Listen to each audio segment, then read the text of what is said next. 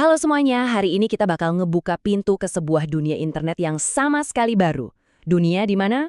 Yah, Anda yang pegang kendali penuh. Kita akan ngobrolin soal D-Apps yang bisa dibilang jadi kunci buat masa depan digital kita. Yuk, kita langsung aja bahas. Coba diingat-ingat, seberapa sering sih kalian ngerasa capek? Setiap mau coba aplikasi baru, harus ngisi lagi dan lagi ngisi formulir, bikin username, terus mikirin password yang rumit, yang beda-beda. Kalau iya, kalian nggak sendirian kok. Ini masalah kita semua di internet yang kita pakai sekarang. Nah, sebelum kita ngomongin solusinya, kita perlu lihat dulu nih dunia aplikasi yang udah kita kenal banget sekarang. Kita sebut aja ini era aplikasi lama, atau yang lebih sering dikenal sebagai Web 2. Di layar ini perbedaannya kelihatan jelas banget kan? Di satu sisi ada Web 2, di mana aplikasi itu dikontrol penuh sama perusahaan. Data kita disimpan di server mereka, akun kita juga bisa diblokir kapan aja sama mereka. Nah, di sisi lain ada Web 3. Di sini kitalah pemilik tunggal identitas dan aset kita. Nggak ada yang bisa seenaknya menghentikan transaksi kita, dan data pribadi kita jauh lebih aman. Terus, gimana caranya kita nyebrang ke dunia Web 3 ini? Nah, inilah jembatannya, dApp, singkatan dari aplikasi terdesentralisasi. Dan ini bukan sekedar aplikasi biasa loh, ini sebuah revolusi. Oke, jadi DApp itu apaan sih? Gampangnya gini deh.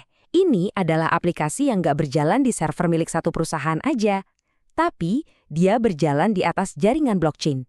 Artinya, nggak ada satu pihak pun yang bisa ngontrol sendirian. Aplikasinya jalan sendiri, secara otonom, ngikutin aturan yang udah diprogram dari awal. Terus, apa sih yang bikin dApp ini beda banget? Intinya itu simpel. Dengan dApp, kita punya kendali penuh atas data kita. Nggak ada lagi perantara kayak bank atau perusahaan teknologi raksasa yang ngejualin informasi pribadi kita. Dan yang paling enak, nggak perlu lagi daftar berkali-kali.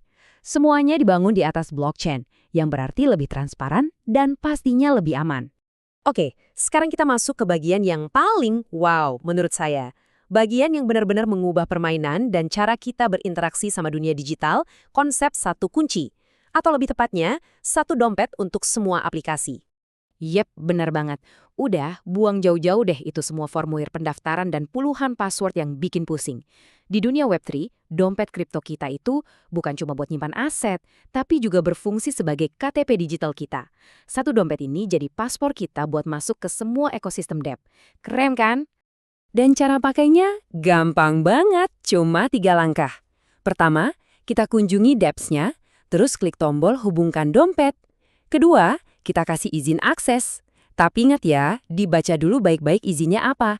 Dan ketiga, udah deh, kita bisa langsung pakai semua fiturnya. Instan. Nggak perlu nunggu verifikasi email atau isi data pribadi sama sekali. Oke, teorinya sih keren ya, tapi contoh nyatanya gimana? Ada nggak sih yang bisa kita pakai sekarang? Yuk kita lihat gimana konsep ini diterapin di dunia keuangan dan juga game. Pertama, di dunia keuangan ada yang namanya DeFi. Ini pada dasarnya dApp yang ngasih kita layanan perbankan tanpa perlu bank. Bayangin, kita bisa minjemin aset buat dapat bunga, bisa ngejadiin aset jaminan buat pinjaman, trading, dan kirim uang kemana aja di seluruh dunia cuma dalam hitungan detik. Ini benar-benar ngebuka akses keuangan buat siapa aja. Nah, buat para gamer, ini nih yang seru banget. Dapps itu mengubah segalanya. Para pemain sekarang bisa benar-benar punya item dalam game mereka, bukan cuma nyewa dari perusahaan game. Aset ini bisa dijual belikan dengan bebas, dan kita bisa dapat hadiah beneran dalam bentuk token kripto.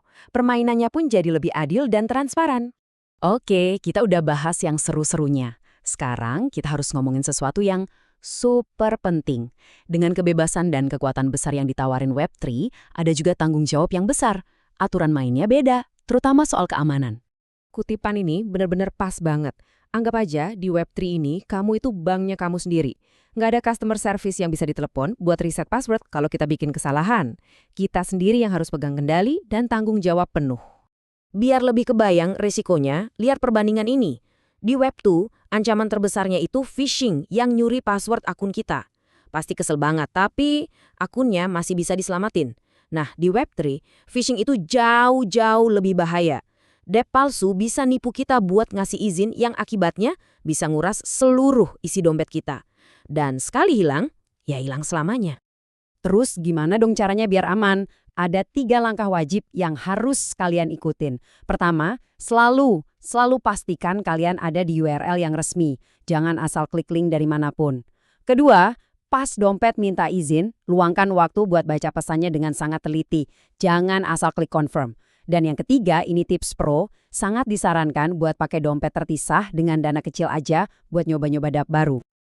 Jadi, gimana? Setelah dengerin semua ini, pertanyaannya balik lagi ke kita masing-masing. DApp dan Web3 ini nawarin sebuah dunia di mana kita bukan lagi produknya, tapi kita adalah pemilik sejati dari identitas dan aset digital kita. Ini pergeseran yang gede banget loh. Pertanyaannya, kalian siap nggak buat bener-bener megang kendali penuh itu?